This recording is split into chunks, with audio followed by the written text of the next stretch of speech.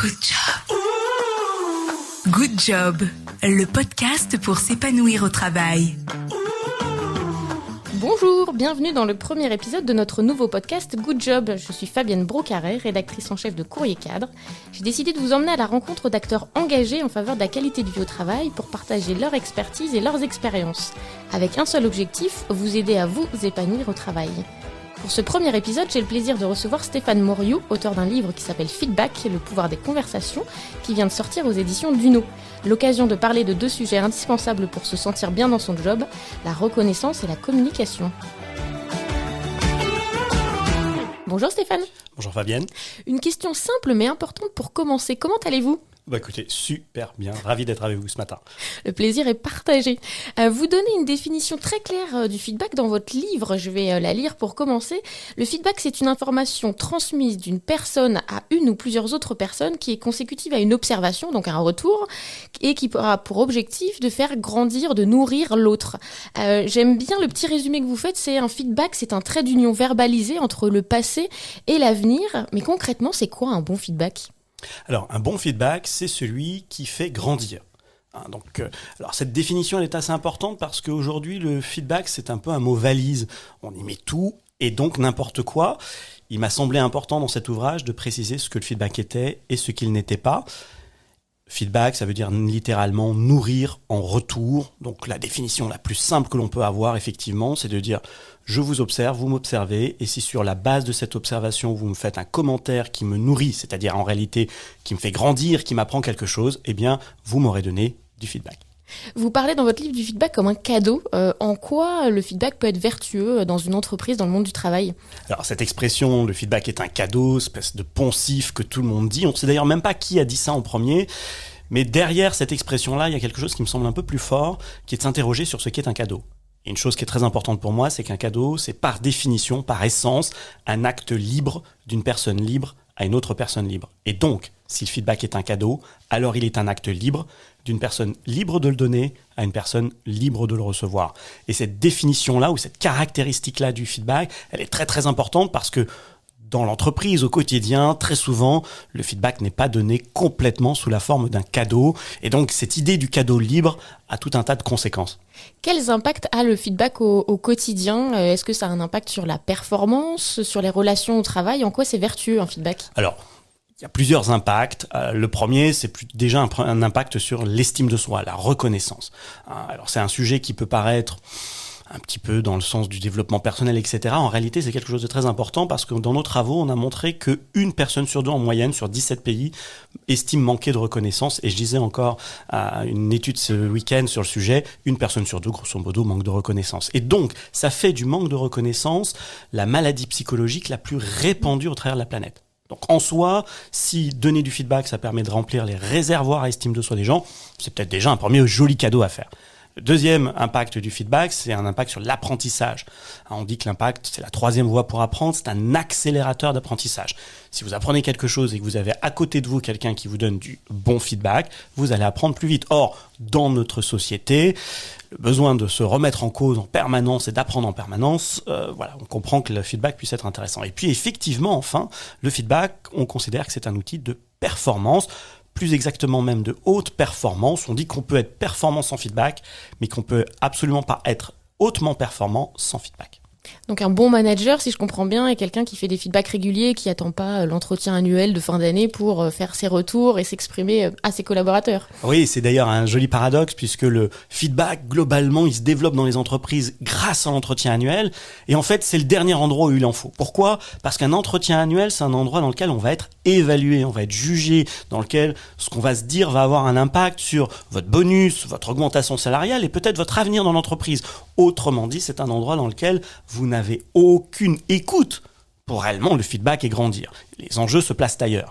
Alors effectivement, l'idée pour nous, c'est de se dire il faut garder cet entretien annuel, on a besoin d'évaluer les gens, on a besoin de les mettre dans des 9 box, dans des matrices, etc. Mais l'idée, c'est pendant 364 jours, donnez-vous du feedback et le 365e, faites-vous un entretien annuel et vous verrez, cet entretien annuel sera beaucoup plus fluide et surtout beaucoup plus court. Alors, comme on parle de leader et de manager, donc de capitaine d'équipe, je voulais partager avec vous un discours prononcé à la mi-temps d'un match de basket par un certain Tony Parker. Donc, c'était un match entre la France et l'Espagne en 2013 lors de la demi-finale de l'Euro. Et on va écouter le son, puis je vais vous demander de réagir après. Réveille les gars. Franchement, on joue comme si on avait peur. Moi, je parle pas de l'attaque. Hein. Moi, c'est la défense. On dit des trucs qu'il faut faire, on sort pas sur les pick and roll, on les laisse chuter à 3 points. On va pas au rebond. Ils nous agressent, on peut même pas mettre la balle en jeu. Faut qu'on joue plus physique que ça. La Slovénie, on a joué physique. Là, on joue pas physique, là. Ils nous dominent parce qu'ils pensent qu'on est de la merde. Et ça se voit dans leur visage. Ils nous prennent pour de la merde. Donc, qu'est-ce qu'on... Je m'en fous ce qui arrive en deuxième mi-temps. Même si on perd, au moins on joue avec notre fierté.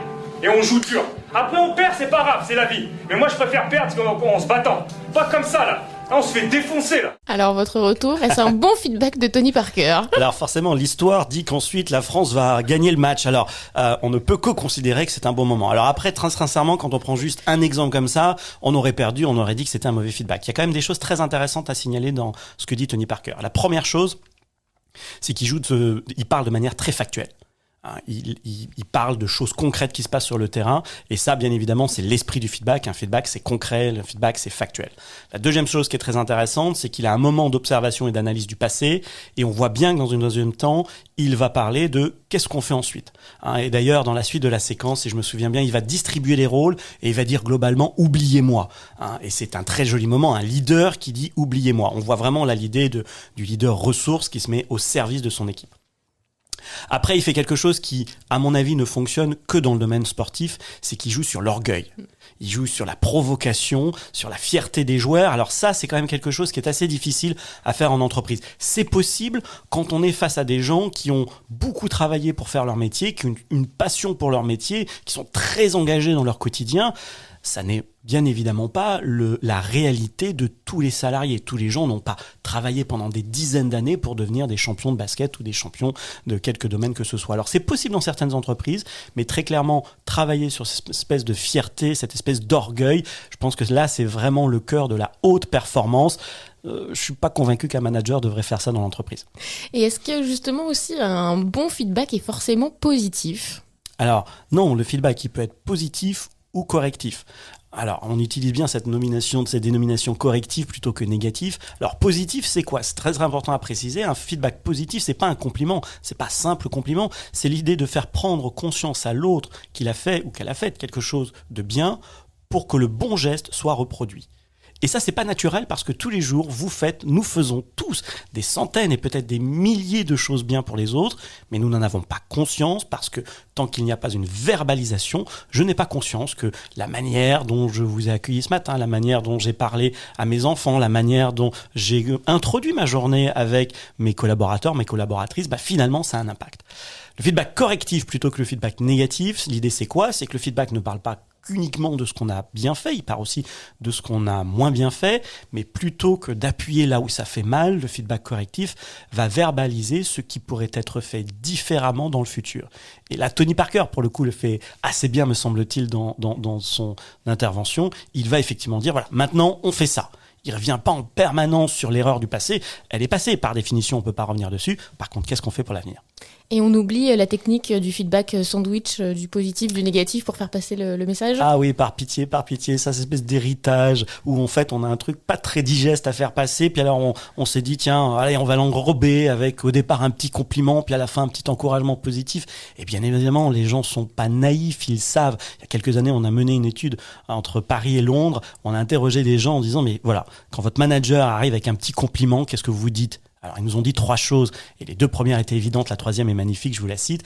Donc, les premières choses qu'ils nous ont dit, voilà, il va arriver, il veut nous faire passer un message négatif, donc il arrive avec un petit compliment, celle-là on le savait. La deuxième chose que les gens nous ont dit, on l'avait aussi anticipé, il a probablement une demande de quelque chose qui n'est pas dans ma définition de fonction, il veut globalement mettre dans une bonne disposition, il arrive avec un compliment. Mais la 3e chose est juste superbe, les gens nous ont dit, quand mon manager arrive avec un petit compliment, ce qu'on se dit, c'est qu'il a probablement suivi un nouveau programme de formation.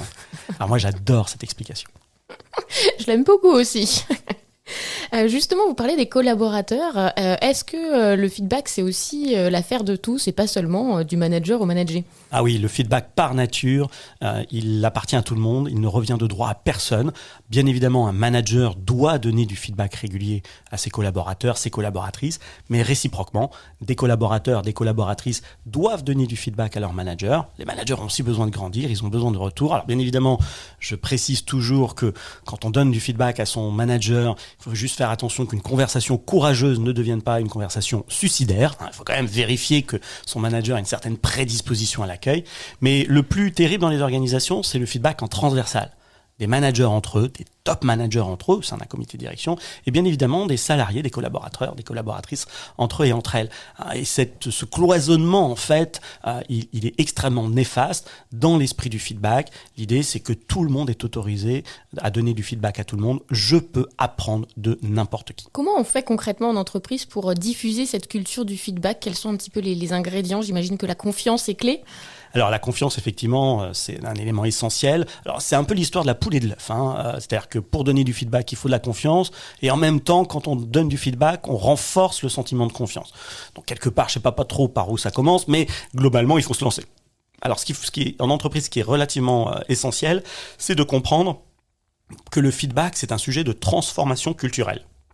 C'est paraît très simple, le feedback. Et beaucoup d'entreprises se disent, puisque c'est simple, on va mettre en place un système informatique, on va déployer ça, il y aura juste à mettre des smileys, etc. Puis ça va fonctionner. Et bien évidemment, ça fonctionne pas. Un certain nombre de demandes qui nous arrivent, alors pour nos séminaires, pour nos ateliers, pour nos conférences, vient justement de gens d'entreprises ou de dirigeants qui ont dit, voilà, mettez-moi en place un système informatique, et puis qui se rendent compte que c'est pas parce qu'on a un système que d'un seul coup, ça fonctionne. Donc c'est une vraie transformation culturelle, ça change le rapport d'autorité, et ça, il faut l'accompagner, ça prend du temps. Alors quand on est une petite équipe, ça prend potentiellement quelques mois. Quand on est une grande organisation, ça peut durer plusieurs années. Est-ce que le feedback est plus compliqué aujourd'hui en mode hybride quand on n'est pas toujours à 100% au bureau tous ensemble ? Ah oui, bien sûr. Alors quand Covid et le premier confinement sont arrivés, je me suis dit, mais ça y est, ma carrière est terminée, j'ai consacré 20 ans à ce petit sujet, et puis voilà, maintenant ça y est, on peut plus se voir, on peut plus se parler, c'est terrible. En réalité, bien évidemment, c'est clé. Ça va avoir des impacts, d'abord parce que je vous observe moins. Et puis j'aurai moins d'endroits pour partager librement, de façon un peu spontanée, mon feedback. Quand on maîtrise pas son espace, il faut davantage maîtriser son temps. Ce qui veut dire qu'il faut qu'on se crée des routines, des accessoires d'une certaine manière, pour davantage s'observer, ce qui présuppose que je sais sur quoi vous aimeriez recevoir du feedback. Et souvent on ne le sait pas parce que tout simplement on ne le demande pas. Et puis ensuite il faut créer ces occasions, je vais pouvoir à la fois vous observer, puis à la fois vous communiquer mon feedback. Le feedback est quelque chose qui s'apprend, on le voit à travers votre livre. Est-ce que vous auriez une ou deux astuces à nous partager ? Quelles compétences faut développer pour réussir à faire des feedbacks, ou une ou deux techniques ? Alors, le premier élément, c'est effectivement de considérer que le feedback, c'est une langue. Et qui plus est, c'est une langue étrangère. Alors, je dis dans le livre que ça devrait être la 3e langue obligatoire de toutes les écoles du monde. Bien évidemment, une formule pour dire, voilà, vous avez votre langue maternelle, vous avez à apprendre l'anglais probablement si vous n'êtes pas dans un pays anglophone, mais il faudra apprendre le feedback. Alors, tout ça pour dire que le feedback, c'est un mode de communication assez particulier. Les concepts, les idées, les techniques sont assez simples. Maintenant, le pratiquer au quotidien, comme ça contredit une éducation familiale, scolaire, et parfois même ce qu'on a vu en entreprise, c'est peut-être pas si simple que ça. Maintenant, le premier conseil que je donne à tout le monde, c'est d'apprendre à demander du feedback, parce que donner du feedback, vous n'êtes jamais complètement sûr de la réceptivité de l'autre, alors que quand vous demandez du feedback, par définition, vous créez les conditions de l'accueil. Alors, demander du feedback, ça paraît simple, mais là aussi, celles et ceux qui ont essayé, vous avez probablement rencontré ce cas de figure dans lequel vous demandez du feedback, et puis soit vous avez rien de très nourrissant, soit vous prenez un truc en retour et vous allez dire, j'aurais mieux fait de pas poser ma question. Voilà, on se retrouve un peu coincé entre les deux, et là aussi, il y a quelques techniques. Alors, je vous en livre une, moi, qui me tient particulièrement à cœur, il y en a d'autres, mais par exemple, plutôt que de dire, tiens, donnez-moi du feedback, on va dire 2 choses. Premièrement, dites-moi une chose que j'ai bien faite dans cette interview, et deuxièmement, dites-moi quelque chose que je pourrais améliorer dans cette interview. Et une chose que j'ai bien faite, une chose que j'ai améliorée, on voit bien un feedback positif, un feedback correctif, ça rend en réalité l'exercice plus simple pour les 2 parties. Vous n'aurez que 2 idées à trouver, et moi je n'en aurai que 2 à digérer, et l'une d'entre elles est positive. Les clés de tout ça, c'est de poser cette question le plus souvent possible, à plus de gens possible, de manière à avoir plein de petits feedbacks qui seront par nature subjectifs, mais quand on va les mettre bout à bout, il y a des faisceaux d'indices qui vont se créer, c'est comme ça qu'on va progresser. Le feedback, on l'a vu, est à la frontière de la reconnaissance, mais aussi de la gratitude. Donc je voulais vous lire le début d'un livre que j'aime beaucoup. C'est un livre de Delphine de Vigan qui s'appelle « Les gratitudes ». Et le début du texte démarre avec une série de merci et vous allez comprendre pourquoi je vous en parle. Vous êtes-vous déjà demandé combien de fois par jour vous disiez merci ? Merci pour le sel, pour la porte, pour le renseignement. Merci pour la monnaie, pour la baguette, pour le paquet de cigarettes. Des merci de politesse, de convenance sociale, automatique, mécanique, presque vide. Parfois omis, parfois exagérément soulignés. Merci à toi, merci pour tout, merci infiniment. Grand merci. Des merci de profession. Merci pour votre réponse, votre attention, votre collaboration. Vous êtes-vous déjà demandé combien de fois dans votre vie vous aviez réellement dit merci, un vrai merci, l'expression de votre gratitude, de votre reconnaissance, de votre dette ? Est-ce que c'est ça aussi le feedback ? Peut-être un des écueils, c'est de se dire que parfois on fait des retours à la va-vite, ou on les oublie, ou on est un petit peu en mode pilotage automatique. Oui, alors d'abord, merci beaucoup pour ce très joli cadeau, parce que c'est un très très joli texte que je ne connaissais pas. Il est magnifique. J'adore les gens qui prennent des petites choses du quotidien et qui leur donnent d'un seul coup une vraie saveur, qui nous font réaliser que ces petites choses-là ont une valeur peut-être bien supérieure à ce qu'on croit. Je suis complètement en phase avec ça, parce que le feedback, bien évidemment, il y a ces gros feedbacks quand vous avez fait un truc extraordinaire, un gros projet, machin, etc. Mais ceux-là, ils sont quand même assez rares. Je fais pas des trucs magnifiques tous les jours. Par contre, tous les jours, je fais plein de petites choses. Et cette capacité à savoir observer d'abord, puis verbaliser ces petites choses, alors sous cette forme de gratitude, moi, je trouve ça magnifique. Derrière, je dirais que par rapport à ce texte, l'idée, c'est d'aller même un cran plus loin que le merci et d'être capable de verbaliser pourquoi ça m'a touché. Pour que l'autre comprenne bien que c'est cette action, c'est cette parole, c'est cette intention que j'ai perçue et qui a nourri réellement la relation. Et pourquoi c'est important ? Parce que la verbalisation de l'action, en plus du merci et du compliment, va me permettre de prendre conscience du bon geste que je peux reproduire. Et d'un seul coup, ça a un impact encore plus fort sur l'estime de soi. Je vais vous inviter maintenant dans le futur du travail. On va faire un peu de prospective. Je vais vous demander de compléter ma phrase. En 2050, le feedback dans le monde du travail sera... Comme aujourd'hui. Alors, je peux étayer si vous voulez, mais globalement, on est l'héritage de dizaines, même de centaines de milliers d'années de rapports dans lesquels le feedback n'existait pas. Il serait complètement utopique de croire, parce qu'aujourd'hui on a LinkedIn et quelques zozos comme moi qui croient fortement au sujet, que d'un seul coup les rapports humains en quelques années vont changer. Les choses vont se faire. C'est d'ailleurs une des thèses que je défends dans le livre quand je parle de la révolution des autorités, mais ça va se faire sur un temps beaucoup beaucoup plus long. On ne va pas éliminer les héritages de ce rapport par soumission qui existe depuis 300 000 ans. Donc non, 2050, je suis désolé, il y en aura un peu plus, mais globalement, il y aura encore du boulot. Alors pour terminer ce podcast, j'aurais une dernière question, mais c'est vous qui allez la poser, la question. Je vais vous faire travailler un peu. J'aimerais que vous posiez une question à mon prochain invité sur le thème du feedback, qui est votre sujet de prédilection à vous. Quelle question vous auriez envie de lui poser ? Alors je dirais, qu'est-ce qui pourrait vous donner encore plus envie de mettre davantage de feedback dans votre vie ? Très bien, je vais y réfléchir moi aussi d'ici là. Merci beaucoup Stéphane. Merci Fabienne. C'était un vrai plaisir et comme de la théorie à la pratique, il n'y a qu'un pas. N'hésitez pas à nous faire des feedbacks sur ce premier épisode de notre podcast, voire pourquoi pas à en parler autour de vous. Je vous souhaite une très bonne journée. Très bonne journée à toutes et à tous. À bientôt. Good job. Good job, le podcast pour s'épanouir au travail.